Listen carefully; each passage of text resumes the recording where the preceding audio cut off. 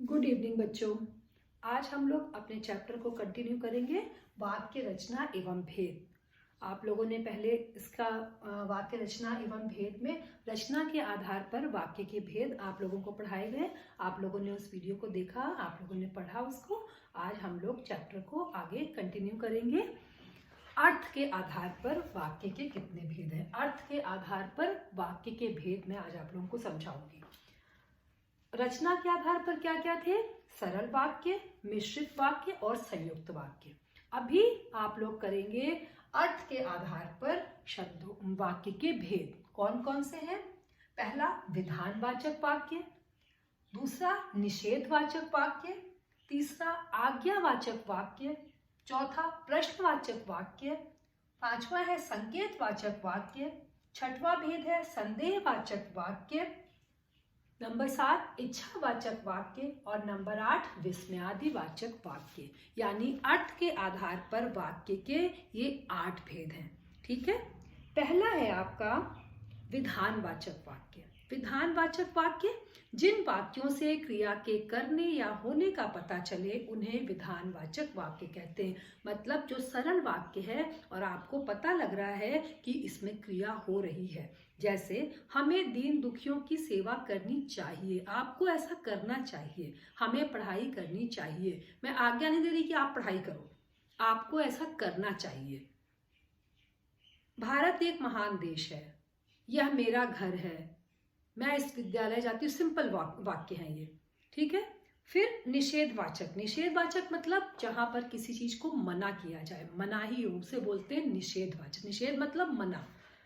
जिस वाक्य में किसी बात या काम के ना होने का बोध हो उसे निषेधवाचक वाक्य कहते हैं। जैसे तुम आज ड्राइवर नहीं आया, बाहर खेलने मत जाओ, तुम यहाँ मत बैठो, मैंने आज खाना नहीं खाया। इन सब में काम के ना होने की बात पता चल रही है, इसलिए ये निषेधवाचक वाक्य हैं। फिर आज्ञावाचक वाक्य। जैसे मैं आप सब बच्चों को बोलूं अपना होमवर्क आज ही करो, अपना गृह कार्य मुझे दिखाओ, तुम इधर आओ, ये मैं आप लोगों को आज्ञा दे रही हूं। जिस वाक्य से आज्ञा या अनुमति का बोध हो उसे आज्ञावाचक वाक्य कहते हैं। जैसे तुम शाम को ठीक समय पर पहुंच जाओ, आपको कहा जा रहा है, ऐसी आज्ञा दी जा रही है, तुम विद्यालय समय पर पहुंच जाओ, तुम शाम को ठीक समय पर बाजार जाओ, अपनी अलमारी साफ करो, अपना कमरा साफ करो, अपना गृह कार्य करो, आपको ये काम करने के लिए कहा जा रहा है। प्रश्नवाचक वाक्य, जिसमें प्रश्न पूछा जाए, ऐसे वाक्य उनकी पहचान है कि उनमें क्वेश्चन मार्क लगा होता है। तुम कहाँ जा रहे हो, तुम ऐसा क्यों कर रहे हो, क्या तुम खाना खा रहे हो, जिसमें क्वेश्चन किया जाए और उसके वाक्य के अंत में प्रश्नवाचक चिन्ह या क्वेश्चन मार्क लगा हो। संकेतवाचक वाक्य, जिसमें वाक्य में एक कार्य का होना दूसरे काम पर डिपेंड करता हो, आश्रित हो, निर्भर करता हो, उसे संकेतवाचक। जैसे यदि व्यायाम करोगे तो स्वस्थ रहोगे, यदि पढ़ाई करोगे तो पास होगे, अगर परिश्रम करोगे तो अच्छा फल पाओगे। मतलब पहले वाक्य का कोई मतलब नहीं जब तक दूसरा वाक्य नहीं है। अगर मेहनत करोगे क्या होगा पता नहीं, वाक्य नहीं पूरा हो रहा, तब अच्छा फल पाओगे।